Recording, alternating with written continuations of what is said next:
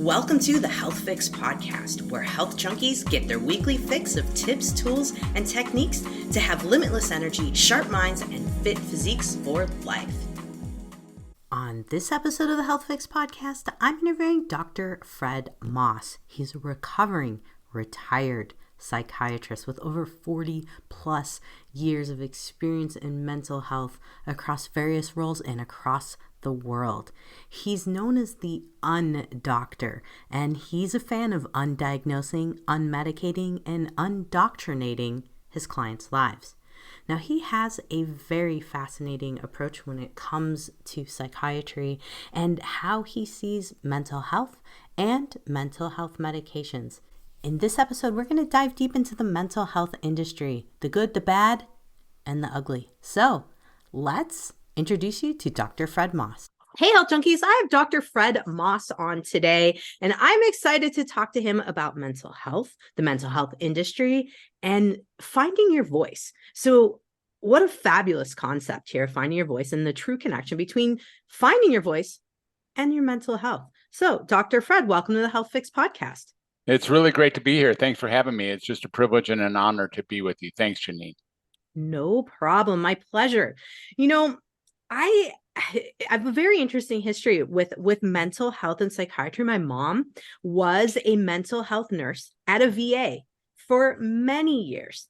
And one of the things that she always would say to me is, all of these folks have a story and they have a voice, they want to be heard, and she just loved to listen to their stories. And so looking at what you're presenting, I thought to myself, isn't this interesting to hear this from you as well?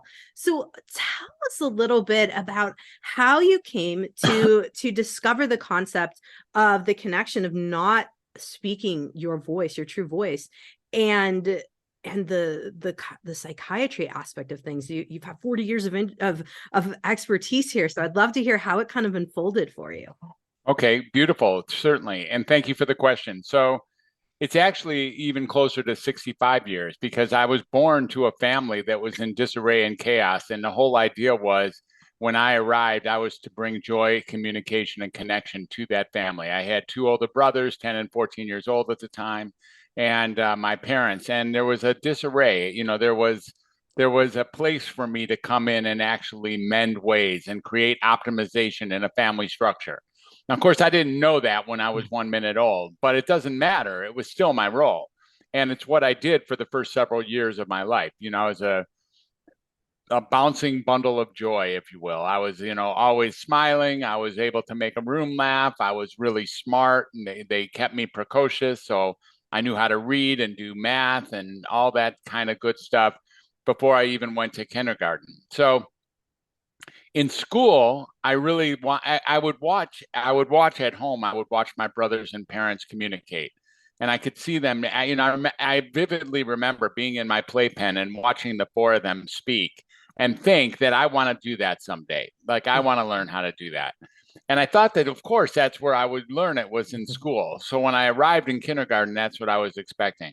But it isn't what happened, of course. My friends were much more interested in throwing blocks and afternoon naps and stuff like that. And so I learned that it wasn't going to happen in kindergarten, but maybe it would happen in the later years. And all of a sudden I thought, well, maybe it's like the older kids in sixth grade that learned how to communicate. But of course, in sixth grade, by the time I got there, I was actually accelerated so I could have some time with the sixth graders. I learned that it wasn't happening there either. And then, fast story, like, it wasn't happening in junior high. It wasn't happening in high school. It wasn't happening in the conventional educational system. In the conventional educational system, for which, there's no teacher who had me who forgot having Fred as a student, for sure. I was very talkative. I always wanted to communicate. I was funny. I was often bored. And so I was kind of that kid, and but the idea was, I just really wanted to communicate and have open discourse. I mean, as I look back to it. And what I really eventually did was I went to the University of Michigan, because I really love their helmets, actually. And I thought that would be a great place to go. And I went with the idea that, there must be communication on the campuses after all. But again, in the classrooms, that isn't where it was happening, not at all. And after about a year and a half, I dropped out and I got on a bus and went to Berkeley and to learn, to like get what my life is about. And it was a 3,000-mile ride and I just loved it. And I had a great summer in Berkeley. And I did get a little bit of what my life was about, but it wasn't sustainable. And I was encouraged to come back and study again. And they said there was actually a new industry coming out, and the industry was going to take the world by storm, and that I would be good at it. And the name of that industry was called computers. Mm-hmm. And the only computer in all of Michigan was on the University of Michigan campus. And it was a 2-acre facility, essentially, that you went in and did punch cards and batch jobs and turned it in and waited to see if the program worked. And that eventually got too boring for me, too. So I ended up dropping out a second time. And when I dropped out this time, I came home and told my parents I was never going to go back to school again. Never. Why would I? It's just not working. And they were happy with that. That's fine. But they got me, my mom's like, you got to get a job because, that's what moms do. And she got me an application for a state mental health facility as a child care worker for adolescent boys. And frankly, Jannine, that was where I learned again about communication. Very similar to what your mom said. That's what I knew inside of that facility. These kids, the so-called kids, they were 7 years, 8 years younger than me. And all I had to do was communicate them as if I was curious about their story, which I always was. Mm-hmm. I'm always interested, always curious, always wondering who is that person over there. And when that happened, for which they knew that I was curious, healing took place instantaneously. I knew that. I felt that. And it was not just healing of them. It was healing of me. It was healing of us. It was the healing of the whole facility. When communication and connection took place, healing took place. And I really felt that. The thing I hated about that job, and I mean hated, was actually the way psychiatry was at that facility. So we would call psychiatrists when Timmy and Tony were in a tussle or if Jimmy was up too late. And they would come down and interview Jimmy for like 3 seconds, interview us for like 6 seconds, and go into the nursing station, write a little note. And then we'd have to go retrieve Jimmy and hold him down in the quiet room and pull on his sweatpants a little bit and jam him full of some adult grade antipsychotic, anti-anxiety, cocktail.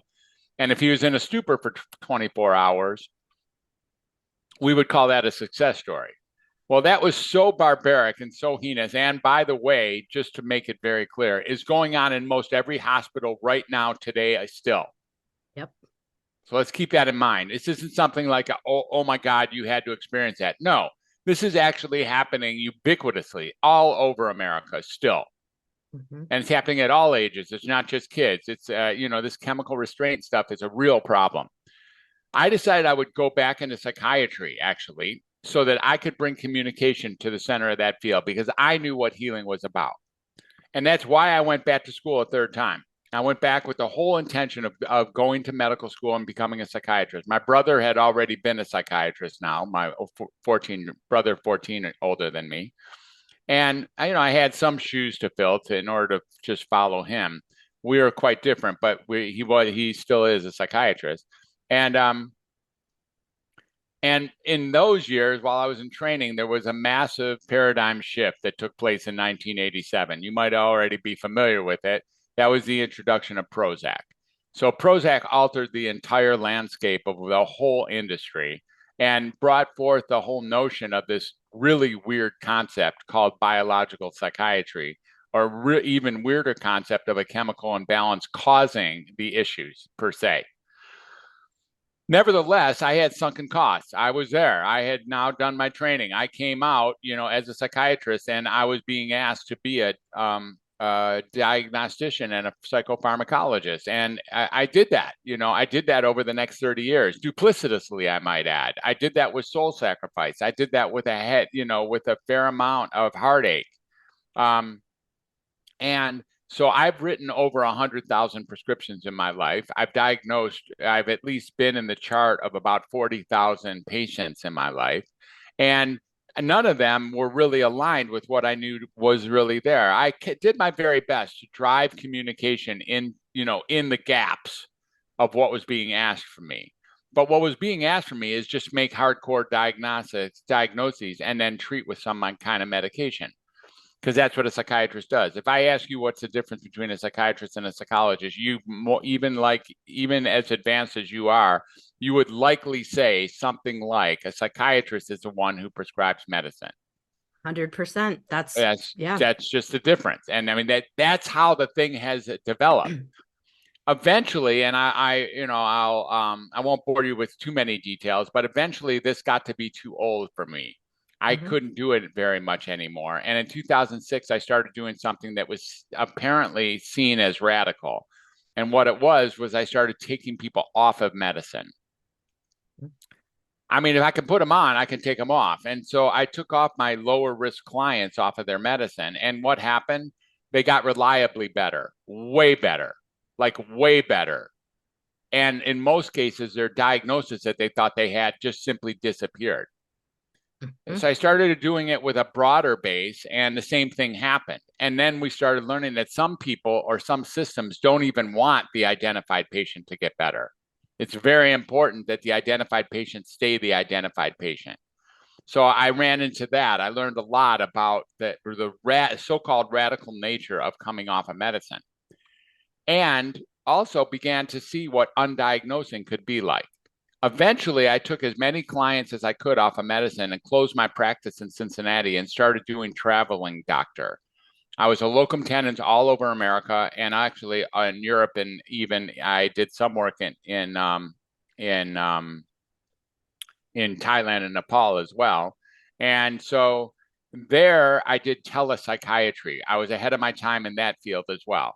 And I knew that telepsychiatry was coming down the pike. I didn't know that it would become the gold standard, which it is now, but I kind of thought it would be, because it's a marriage made in heaven, this telepsychiatry, this idea of having conversations like this with our clients and not even being able to touch them, or not even being able to hug them, or not even, that psychiatry wasn't built on that in the first place. So hearing and seeing people is what psychiatry is built on.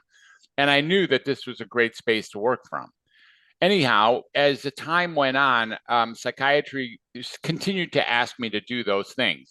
Like right now in America, I cannot get a job as a psychiatrist if I don't want to diagnose or medicate. Yeah.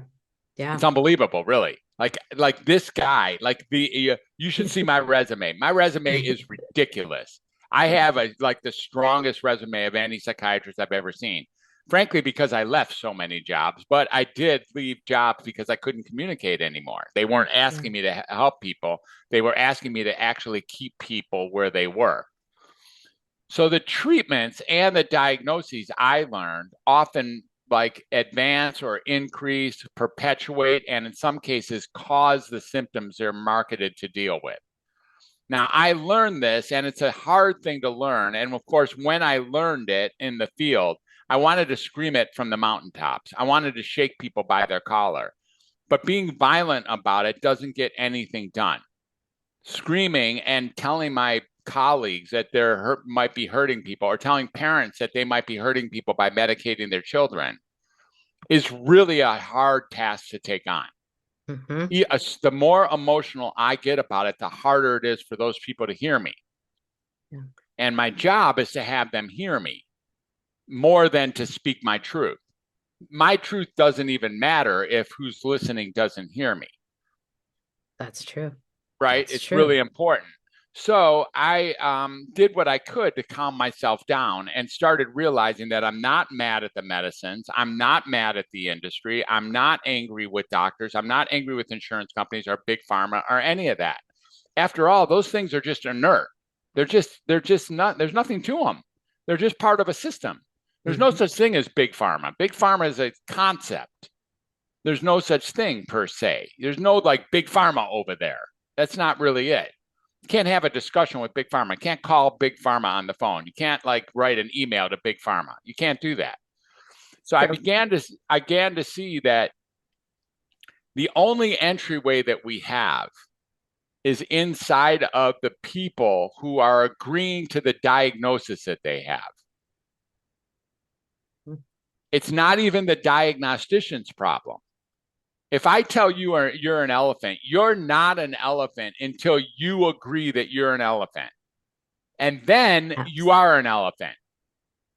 As soon as you agree you're an elephant, I tell you I'm an elephant specialist, and I tell you you're an elephant. You are not an elephant until you agree that you're an elephant. And then you go tell some people, look, I looked it up on the internet and I saw an expert and I'm an elephant because I got a big nose, a big body, and I love water and I have no memory, or I have a great memory. Okay, so you're an elephant. So now you act like an elephant and you do everything that an elephant does, right? Because you know yourself as an elephant. And in fact, if someone tells you you're not an elephant, that's only because they're wrong. And they don't know yet. They haven't read the right stuff. They're not, they just don't get that you've already figured out that you are. Who cares that you don't know that they don't know? So this is how psychiatric diagnoses work as well. And I really, really got a hang of that. And that's when I really started to back out even a little bit further out of the conventional scene because I naturally had to. I was no longer capable of carrying the torch. And eventually created a company or a stand called Welcome to Humanity, which is my overarching umbrella. And Welcome to Humanity is a great name. I love it. It's been here for now 6 or 7 years. And the idea is all of the human experience is exquisite. Every piece of it, including the barbarism, including the heinous acts, including the unspeakable stuff, including the terrible, phenomenally unacceptable stuff that humans do and that we do with each other. That stuff too. It's all incredible. It's all part of the smorgasbord of what it means to be human. And if I drop off the judgment, I can see Welcome to Humanity covers all of humanity. And the more we can grasp and embrace everything about being human, the more we're likely to be able to interrelate with all people. Jannine, the greatest threat in the world is not what we think it is. It's not a virus. It's not climate change. It's not even sex trafficking. It's not a war in Ukraine. It's not who's going to win the next election. It's not Supreme Court decisions. And none of that stuff. All of those things are calamities. Every one of them, it's not racism. Every one of them can take down all of humanity. Every one of them. I am not diminishing the impact of any of those. They're rich and real. But the greatest threat in the world is even bigger than all of those. And that is that we are no longer able to converse with each other. We are no longer open as a collective to speak our true voice with each other. We are no longer willing to actually communicate effectively with each other. Why is that the greatest threat? Because everything I just aimed, if we're going to get on the other side of it, requires open discourse. If we are unable to have discourse with our adversaries, with people who disagree with us, with people who have different contexts or different capacity or different understanding of how things roll, if we're not able to ever get there, we're toast. It's over. Put a fork in it. We're done. It's the end of humanity. It's sort of like a fire isn't the biggest problem. The biggest problem is there such thing as an extinguisher? Is there something to extinguish it? The extinguisher is speaking our true voice. So I eventually developed, the Find Your True Voice methodology, which I'm very proud of. And that's the course, the True Voice course is meant to do that. And in that course, we use podcasting as the backdrop template. So some people don't realize that podcasting is by far the coolest platform to be able to share our very, very own self. What I'm taking advantage of today in front of you and in front of your audience and your listenership doesn't exist in any other platform. It doesn't exist in YouTube. It doesn't exist in TikTok. It doesn't exist in Instagram. It doesn't exist in any of the social medias, and it doesn't exist out here in the real world. The truth is, you own this product, right? You are the owner of this exact interview, and we can say what we want here without very much fear about censorship or cancellation. Whereas, I have friends who were canceled this week on Facebook, and they don't have any clue what they did. Yeah. They have no idea. It's just they have no idea what they even said. Yep. And they're done. They're done. They don't have friends anymore. They are done. Their account is closed forever. They're not getting it back. And, yes. And that's not going to happen to me and you, at least not as of today on this podcast. That's not going to happen. So there's a lot of freedom here. And I love that course because it points to that. I've written a couple books also to the idea true voice. The idea is we spend so much time pretending to be someone that we're not in order to protect the people that we are. First of all, when you think about that, that is so absurd. That is so ludicrous. It is so preposterous, yet we all understand what I'm saying. That's what we do. And why? Because we're afraid to speak our true voice, a fear. What are we afraid of? We're afraid of disrupting. We're afraid of being misunderstood. We're afraid of being thrown off the island, of no longer being able to be in a particular group. We're afraid of losing a friend or losing a job or losing some status. So we end up saying things that even we don't believe. Yep. What the hell is that? That's not even a lie. That's beyond a lie. Yeah. Talk about a mind bender and a mental health conundrum. Right. We say things that as we're saying them, we don't believe them. We have been pressed to that as humanity. Now, the truth is, there are ways to back off of that. There are ways to find our own authenticity and begin again to actually get in touch with those things that you really stand for and speak to those authentically, genuinely, honestly, boldly, like really speak to those.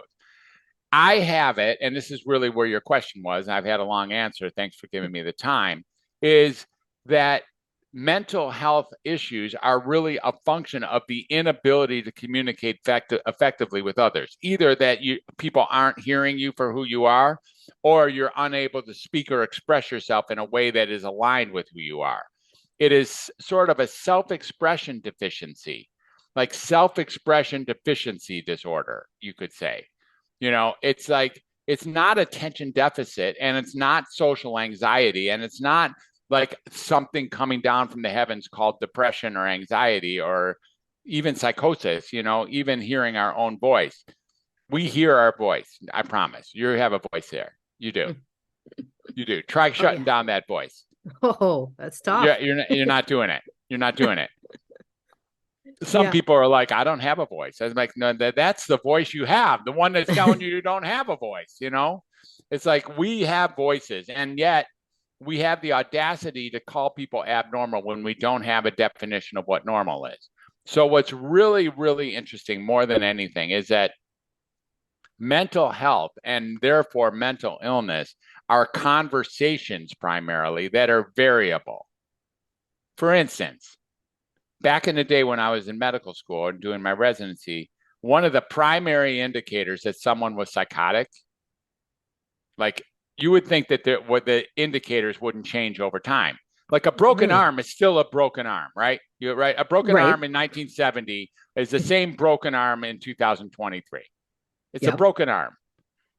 One of the primary indicators that someone was psychotic when I was going through medical school is that they would talk to the TV. Interesting. What are we doing right now?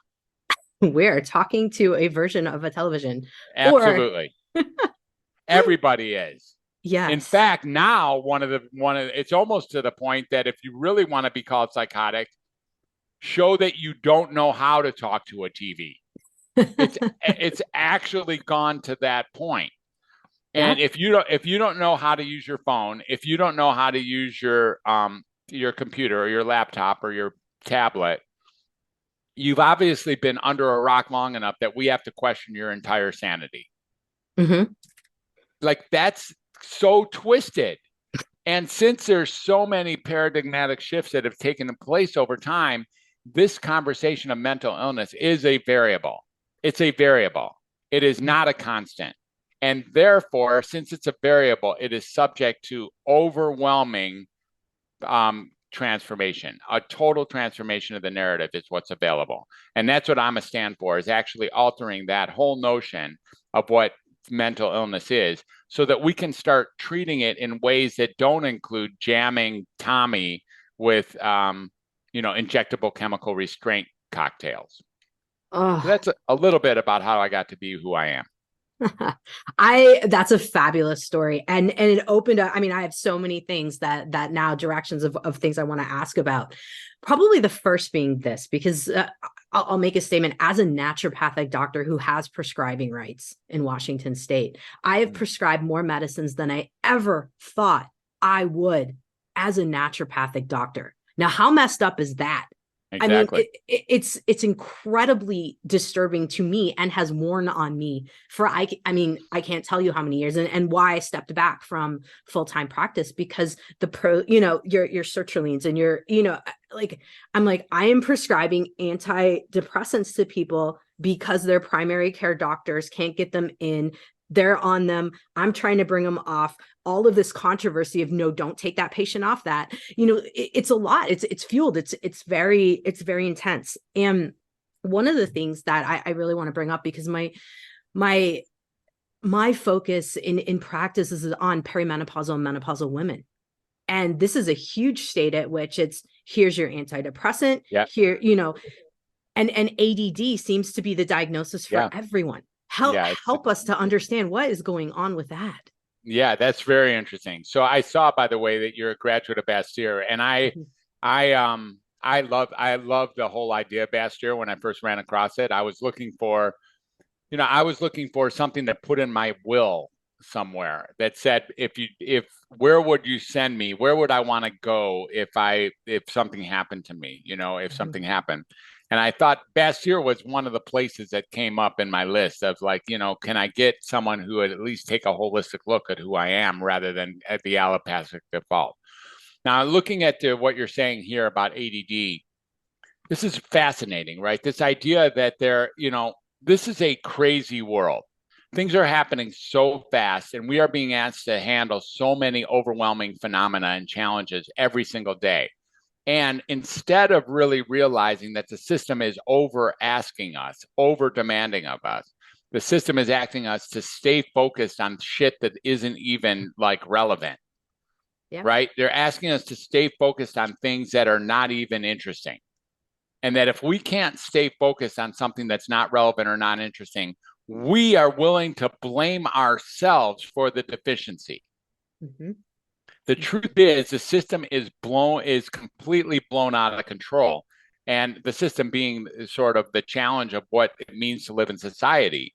And I don't have it. I have it that, if I have trouble completing tasks, or I have trouble focusing, or I have too many things, too many tabs open on my computer, or whatever people think is attention deficit, like I can't keep my attention straight with or without hyperactivity, or the children can't keep their attention straight. That's a whole nother question. Looking back at that conventional system that little Freddie was in, that thing has really gone a whole awry too. The teachers cannot keep the attention of the students, because really what they're doing from the front of the room is trying to force a square peg into a round hole. They're at a chalkboard or whatever they're doing, even if they're online, and they're jamming things at these children that are not interesting, or not stimulating, or not embraceable, or not enrollable. And the children are therefore not enrolling. And then the teachers have one last thing they can do, which is blame the child. It's sort of like blaming a log for burning in this fireplace behind me. You don't blame a log for burning in a fireplace. It is no sign of mental health to be well adjusted to a very sick society. And that's really what's important here. And Krishnamurti said something like that. I have to give him credit. It's very fascinating to me, the concept, and you had mentioned it before, the self-diagnosis. And I mean, look at if you watch TV for 3 seconds right now, which is about all I can handle, is you've got all of the drugs. We don't even have one. That's where I'm headed, because it's every commercial is about a drug thing, trying to help you to think about how you have something wrong with you and self-diagnose. And I'll be honest, I mean, I'm sure you've seen this in the past. People will come into you and tell you that they have this, they have that. Oh, yeah. They have this. Yeah. And it's like, wait, how do you know that? And then the next question for me is, can you send me to a psychiatrist so I can get some medications? And right. I'm just like, No, exactly. And So they have this, they have that. They've looked it up and they see that they have a big nose and they like water too much and they got a big body and they have a good memory. And then they think, okay, I look at this criteria for elephant. I meet all the criteria for elephant. I am a flippin' elephant. And now I walk around like an elephant. Now, let me say something as a disclaimer. It's very important that your listeners hear me. And that is for the small group of people out there who feel like their diagnosis is working for them and their treatment is working for them and their medications are working for them, their therapies are working for them. They're very happy with their life, the way it's going inside the world of conventional mental health system. Please understand that I'm not asking you to change anything. I'm not arguing with you at all. There's no argument. If you have found something that works in your life, please continue to do it, whatever it is. It's hard to find stuff that works in your life. And if that works for you, if you're certain it's the best it's ever going to get and you're getting proper treatment, then by all means, do not change horses in midstream just because of something I say. I'm speaking to the hundreds of millions of people, though, who are in the boat of what you're talking about. You know, they come in entirely certain not only of what their diagnosis is, but exactly what medicine and dosage they need to start and exactly what their therapy needs to be. And the thing is that psychiatry and mental health is the first subspecialty in all of medicine for which the customer becomes upset with the clinician when the clinician lets them know that there's nothing wrong with them. Mm-hmm. Yep. Like yep. when I would tell people that they were normal and they didn't have any problems, that they fell within the normal range of humanity, they would generally become very upset with me. Mm-hmm. And they would say, I'm going to go find a real doctor. I'm going to go find somebody who knows that there's something wrong with me. People want to be confirmed that there's something wrong with them, primarily so they can relinquish the responsibility they have for performing in life less than they wish that they could. So they've hurt their spouse, or they continue to do something that's against their better judgment, maybe some sort of addictive behavior, or maybe they're doing or saying things, they continue to be disrespectful, or they continue to get in yelling matches at work or something like that. If they can get a diagnosis that actually pulls away their responsibility from being human, they will gladly latch on to that. Now, again, this is not about every single person, but people love, I'm a jerk many times per day. I do something that I'm, not entirely happy about. Or I retrospectively look at something I said or did and just really think twice about it. If I can give you credit or something else credit for having done that to me, I will do that. I don't want responsibility for things that I'm not proud of. And most people really want to relinquish their responsibility, and therefore they can say something like, I'm on the spectrum, or I have depression, or I have bipolar 2, or I have ADD, or I have the new one. It seems like the new sexy one these days is chronic post-traumatic stress disorder. That people are very excited about that, this chronic post-traumatic stress disorder one. And, the ADD and the social phobia and the, calling other people narcissists is another really good one too. Yep, that's common. For sure, I'm not a narcissist, but everyone else is. All the people who are in my world who are screwing with me because they're too selfish, they're narcissists. Now, clearly, I'm not a narcissist. I mean, how could I be a narcissist and make the diagnosis of being a narcissist? So narcissism is another one that's just being thrown around, heaved around from person to person. Narcissistic, he's so narcissistic or something like that, as if we have a unified understanding of that term is, because we don't. And if you look that up on the internet, you will find supportive evidence for your way to say the word narcissism. But you won't find supportive evidence for a compacted way of what narcissism is, because there's so many different side definitions of what that is. And that's true with chronic post-traumatic stress disorder and social phobia, autistic spectrum disorders, etc. Even the major depressions, the dysthymia, every year there's new diagnoses that come out, and frequently they come out after the medications were developed to treat them. Interesting with the medication department there. Yes, I would agree with you. I stopped reading the DSM at 4, and I decided good that you got there. Yeah. I got to 4 and gave up. Speaking of medications, let's talk about that for a second, because when I look at medications and things of this nature. I'm like, are we, because there's a huge debate, and I'm going to tie this into a couple of things, and feel free to take this wherever you want to take it. There's a huge debate about homelessness. And should these individuals be on medication? Should they not? Is self-medication with, fentanyl, et cetera, helpful or not? But really where I'm going with this is, what dangers do we have with these medications in terms of blocking our true voice and our true potential? What are we looking at for folks that are technically using the medications, maybe because they've been prescribed them, maybe because it's something that doc's like, hey, let's just try this, but they're not feeling better? What are they blocking in terms of their true selves? Yeah, I think that that's a great question. I think that there's a massive muting, stifling, and muffling that happens with these medicines.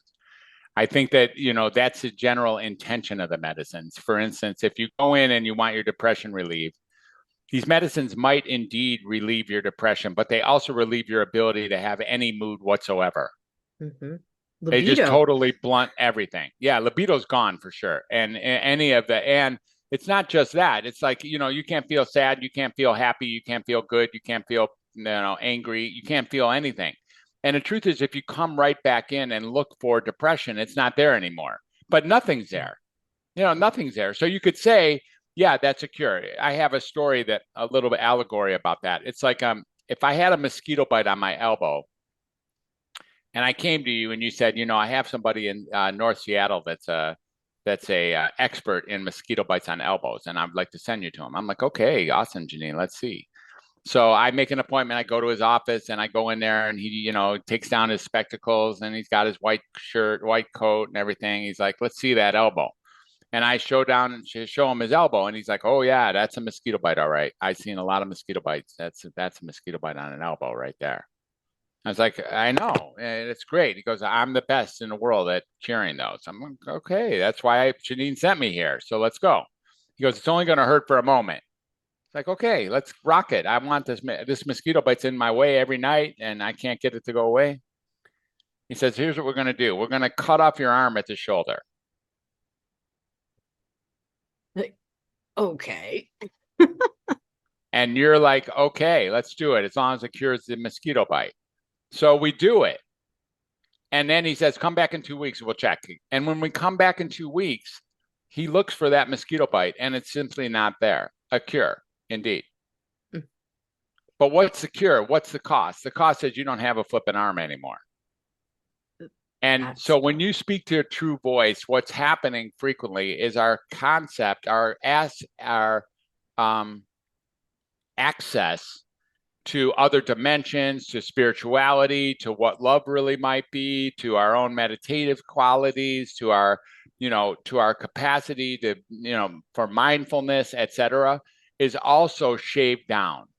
And we are giving up our capacity to be creative in many cases. Maybe we're no longer playing music or doing art or dancing or, singing or gardening or those kinds of self-expressive writing, etc. It takes away a lot of things. These medicines are blunting agents for the most part, which is why we took them in the first place. So the concept of self-medication, for instance, you mentioned fentanyl or alcohol or any of the street drugs. It's not really self-medication to get rid of the problem. The truth is the medications then can create a cycle to give you the problems that they get rid of. This idea that they perpetuate the symptoms they're marketed to treat is really important. So the only way to actually manage coming down or withdrawing, if you will, from any of these medications in many cases is to get more medication of the same. And that cycle is the addictive cycle that we're well aware of. And we call that self-medication, but really what it is an explanation for how the perpetuation of symptoms is caused by the drug itself. And because of that, the only way to manage it is to actually find more of the drug. Now, with the psychiatric medicines, there's another piece here, which is that when you come off the medicines, it's almost built into most of these medicines that you get a spike of the symptoms it was marketed to treat in the first place, even if you didn't have those symptoms in the first place. So you start taking antidepressants and you're not that depressed. And you take them for a while, and then you decide you're not going to have them, you're not going to do it anymore. So you come off the medicine and you get this massive spike of depression, more depressed than you've ever been. And you're given the explanation that your depression has been cruising along in the background the whole time. And this is just where it is naturally, rather than the more obvious explanation, which is coming off of medicine causes depression. It has Mm-hmm. nothing to do with a background worsening of some condition called depression. It has everything to do with upon discontinuation, you get a spike of the symptoms you're marketed to treat. The experience subjectively at that moment is, I don't want to be on these medicines anymore. I would rather not be on them, but coming off them is worse than staying on them. So therefore, given those two choices, I will go back and continue to take medicine because I don't want a return of these symptoms that I just experienced upon discontinuation.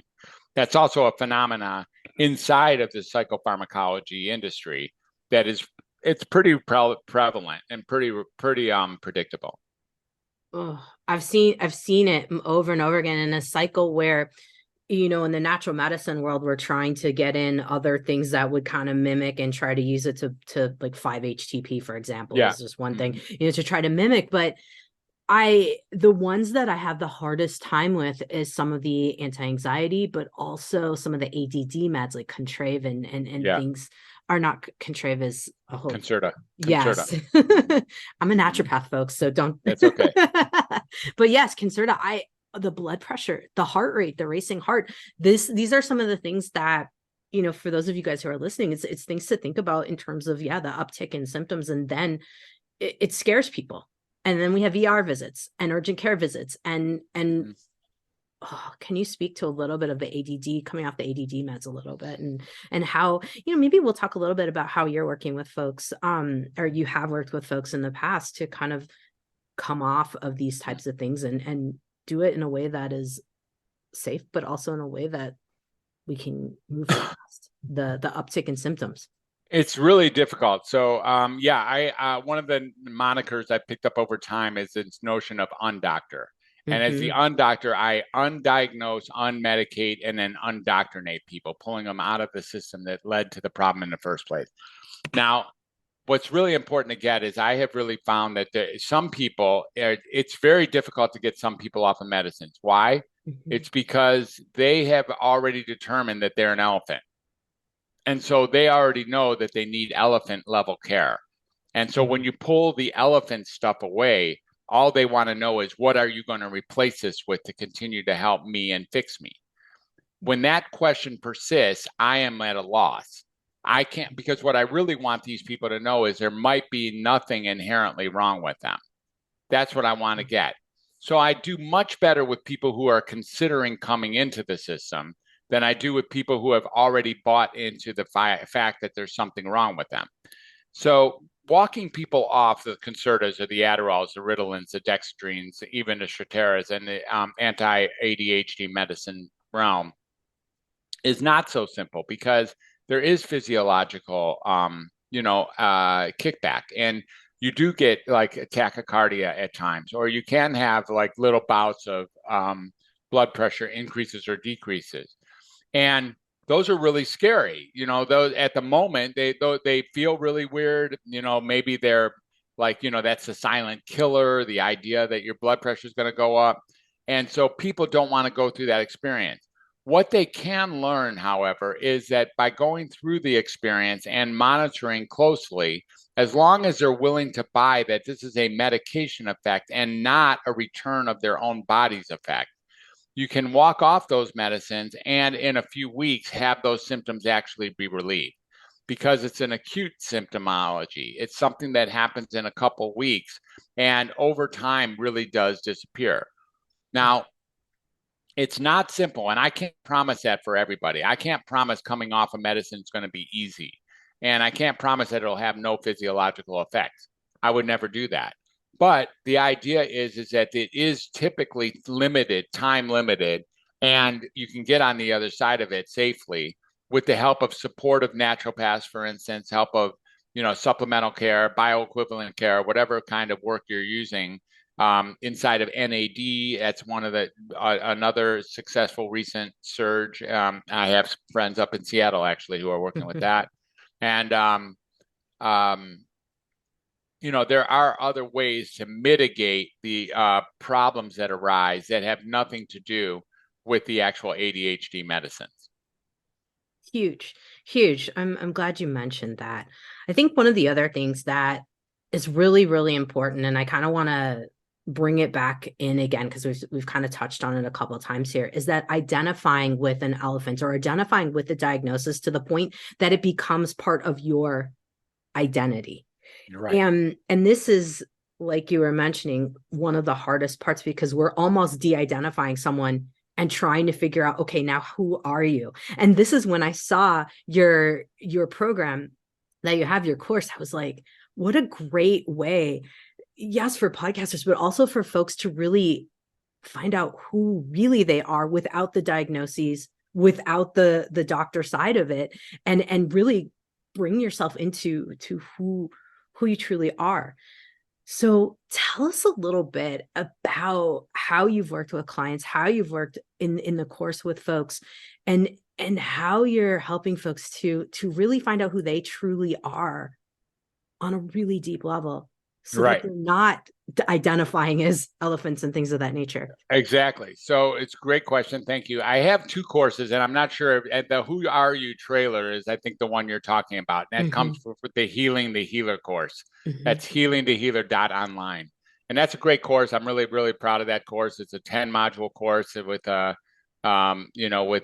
10 lessons as well. And it was really fun to create, and it was created right here. You'll recognize the fireplace behind me when you watch the course.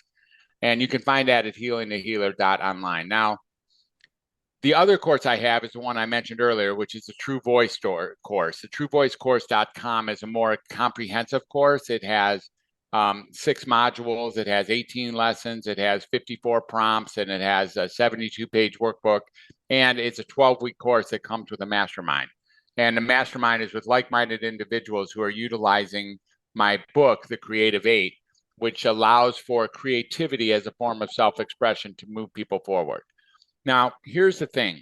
When you say helping people find their true voice, even though that is the title of my book,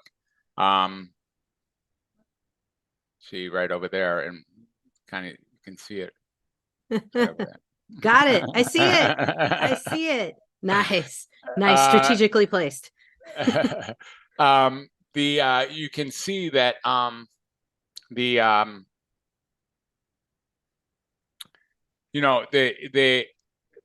you don't have to find anything.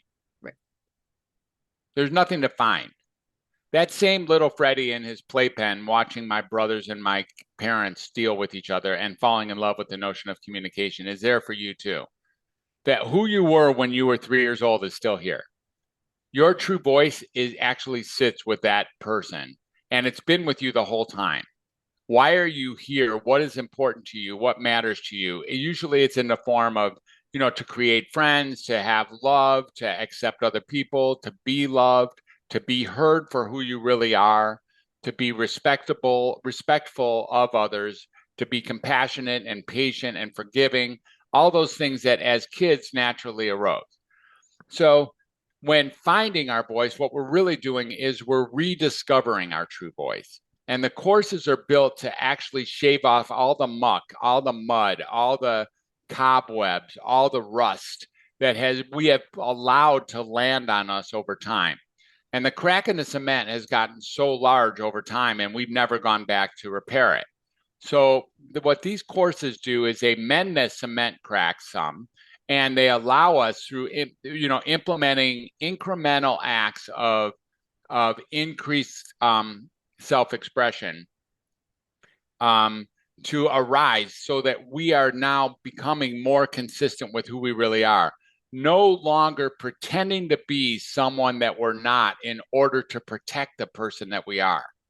Again, how ludicrous is that we all do that? Like, that's the most preposterous shit you could possibly imagine.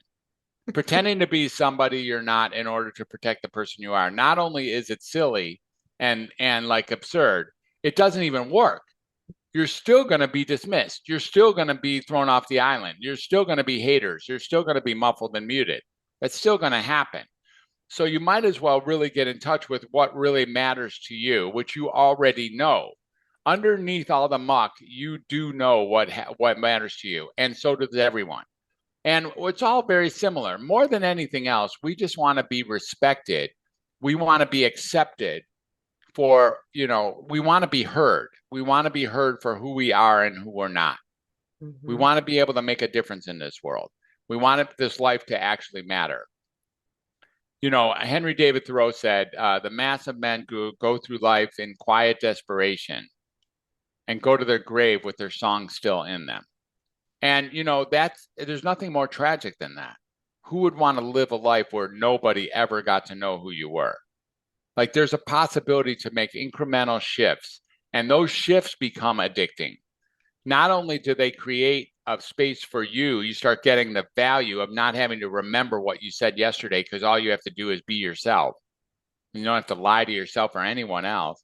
And not only do you get that, but you get the I'm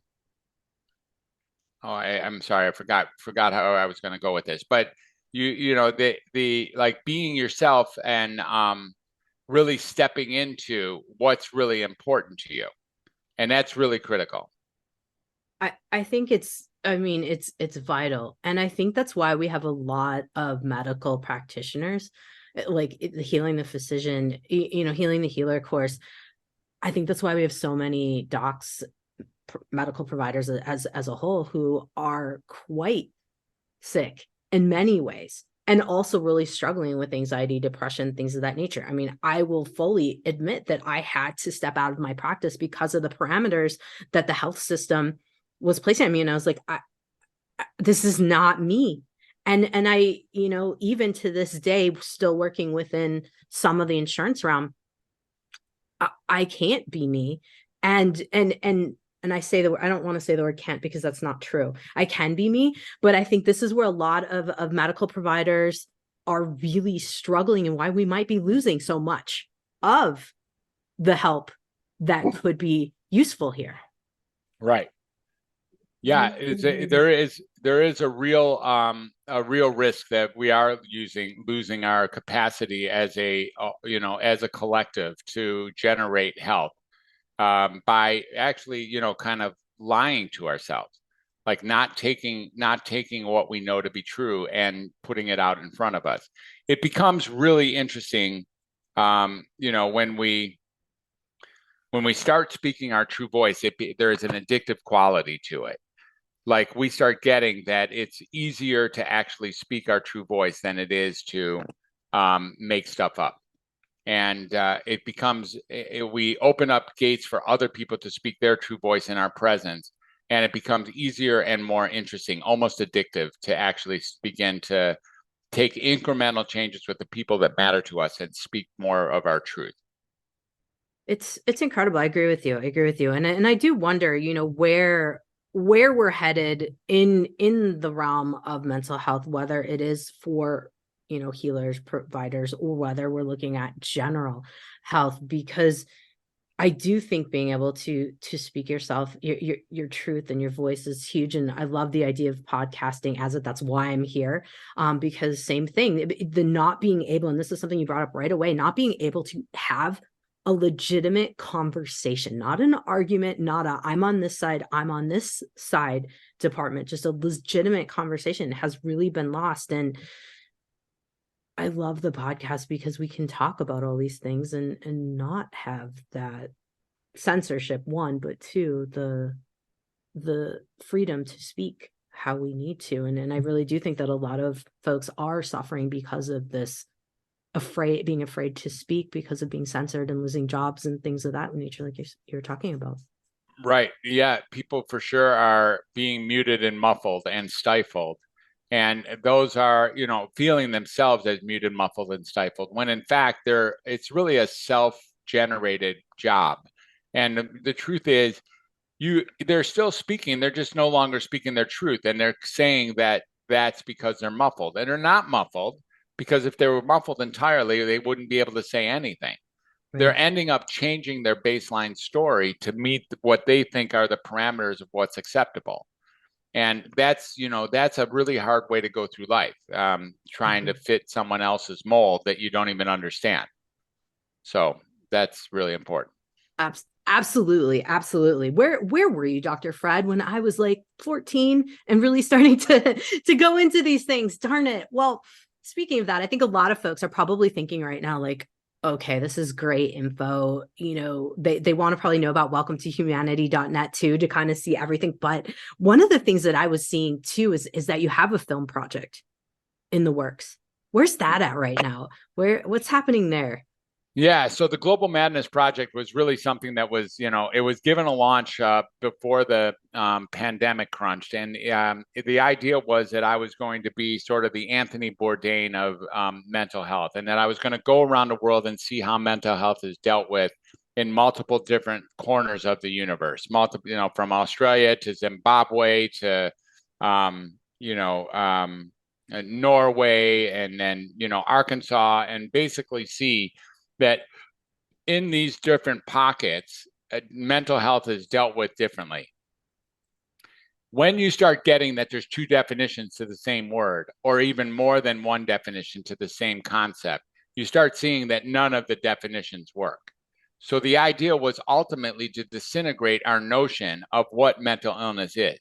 What is the actual problem? We could see that what in one country or one region is seen as mental illness in another region is seen as like shamanic gift, or seen as like a special attribute. And, we start doing that. We start going around the world and seeing that mental illness is a regional phenomena. Then we start seeing that there's no true definition of it. And the whole idea of mental illness as a global phenomena then disappears. Now, when we can do that, we start seeing that maybe there's nothing wrong with us in the first place. What really are we looking at? And we look at global madness, when we look at the idea of, who's making the call that there's something wrong with you? That's a really important question. And, we start really looking at that openly and honestly, and we start running into some extremely interesting conflicts of reasoning. Like, what's really wrong with you that makes you think that there's something wrong with you, Yeah. I mean, total conundrum of like, what's really wrong that makes you think something.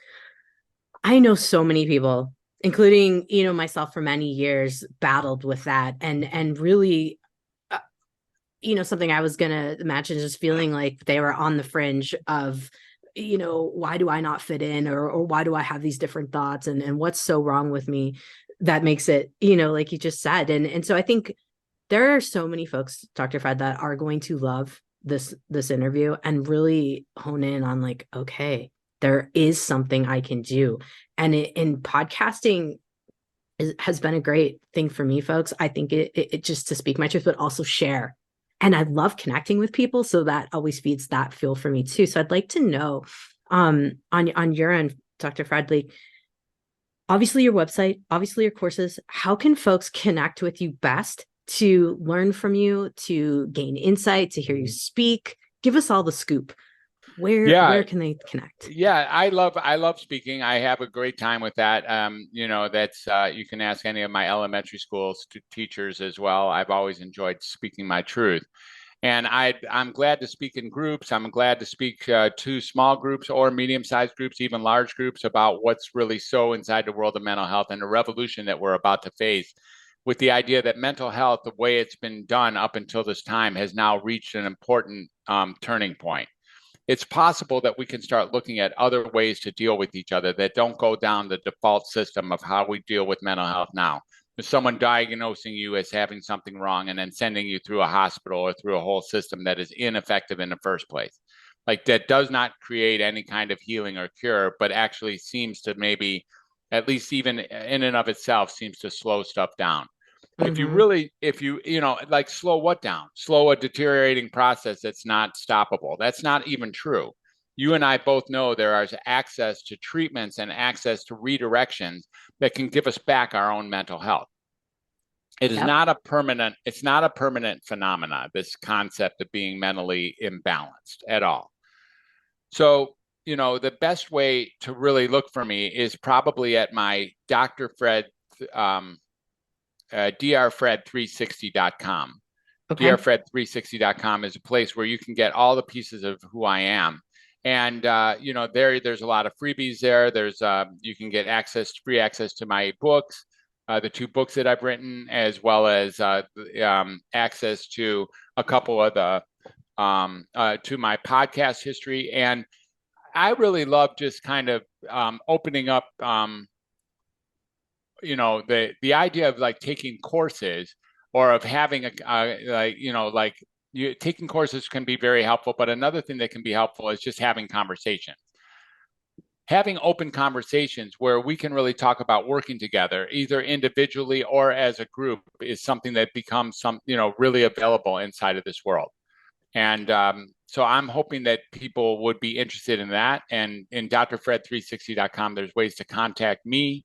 And, we can talk about the courses I lead, or the individual work that's done, or the group work that's done, or anything that I've done in the past to assist people in finding their true voice and bringing it forward. Awesome. And I know one of your freebies that I dove into right away has, guys, there's videos in addition to some really amazing questions that I had to sit with for a while. So they're great thought-provoking questions. They're not just little, and they're not things that, Dr. Fred, they're things that I hadn't asked myself before ever. So Right. they're not those traditional like questions that folks will see. So I want folks to really understand that. I'm guessing it took you some time to come up with what would be the best questions here, or yeah, I guess it's so, it's you go through life and then you pick up the good ones, the low hanging fruit, and then you put them in the list. That's the best way to do it. Yeah. There you go. So folks, I'll have how to get a hold of Dr. Fred at the drfred360.com. Also, welcome to humanity.net will be on there. For you guys who are budding podcasters, by all means, join us, come hang out. Love to have people on for conversations. But let's get you the info at drjkrause.com. Everything's going to be there. There'll be Fred's freebies as well, because I enjoyed the one I'm working through right now. I enjoyed and made my husband do it too. And we're finding out some incredible stuff about each other. So beautiful. Great work, Dr. Fred. I am looking forward to keeping the conversation going with you as well, because I think this topic is so important and vital to, dare I say, helping humanity survive in a way that's sustainable for sure.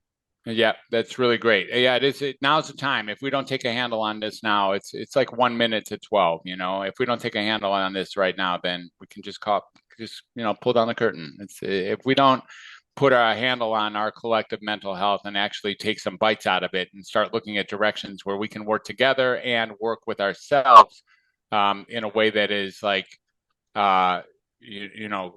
internally consistent, then we might as well just put a fork in it, because it's an urgent time in the path of humanity. Absolutely. Well said. So folks, join us, get to know Dr. Fred more, and we will have all the info at drjkrause.com. Thanks again, Dr. Fred Moss, for coming on. My pleasure. Thanks for having me, Jannine. Really great.